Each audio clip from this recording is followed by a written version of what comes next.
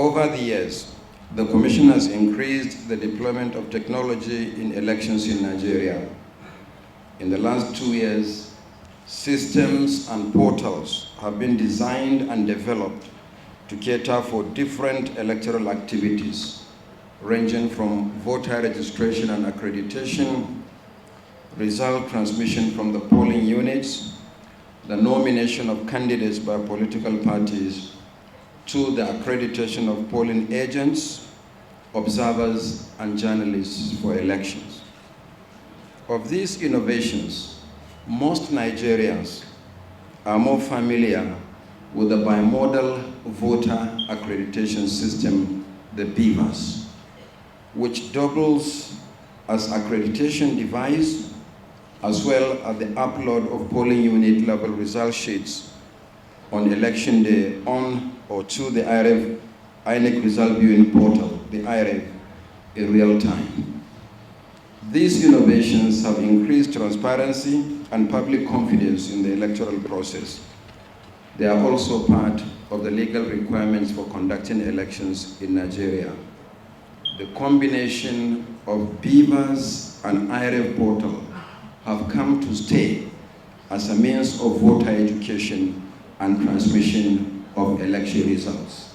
Nothing will change that reality.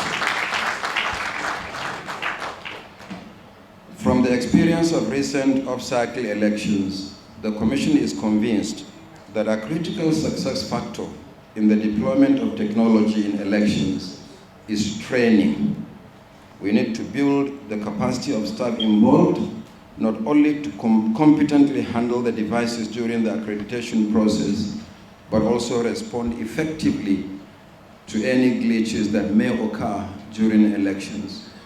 Our plan for the 2023 general election is to commence the training of election officials early and for a longer period of time for optimal understanding of the processes and procedures in order to serve Nigerians better. A key component of this effort is election technology. Today, we begin the process with the training of master trainers to serve as registration area technical support, the RATEC. A total of 82 officials drawn from our offices nationwide will form the nucleus of the training. Over the next 3 days, they will receive intensive hands-on training on the new technology. Thereafter, they will train more officials at zonal level to cover all the 8,809 registration areas or wards. In turn, these officials will be involved in the training of ad hoc staff for the 176,846 polling units nationwide. I urge the 82 staff involved to pay special attention to the training that you will receive at this training.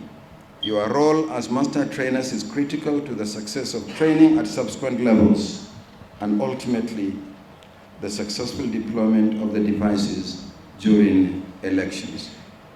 For this reason, the Commission will not accept laxity on your part, much as we have confidence in your ability to understand and discharge your responsibilities to the officials you will subsequently train. There will be consequences for unethical behavior or any act of misconduct. Even as the Commission is working hard to ensure a credible process in the forthcoming elections, reports of clashes among parties and their supporters in some states of the country during the ongoing electioneering campaign is worrisome. So too is the reported denial of access to public facilities for parties and candidates in some states of the Federation. Let me caution parties and their supporters to focus on issues and steer clear of attacks on each other. These are not only violations of the Electoral Act 2022, but also negate the voluntary commitment by all political parties and candidates to the letter and spirit of the peace accord signed about 3 weeks ago under the auspices of the National Peace Committee. Parties, candidates, and their supporters should not, by acts of commission or omission, further complicate the prevailing security situation in the country. A peaceful electioneering campaign is critical to the conduct of peaceful and credible elections. The Commission will continue to monitor the situation closely and will convene a meeting with leaders of political parties next week to discuss, among other issues, the imperative of peaceful campaigns and equal access to public facilities. In the same vein, the Commission will also meet with security agencies under the auspices of the Interagency Consultative Committee on Election Security.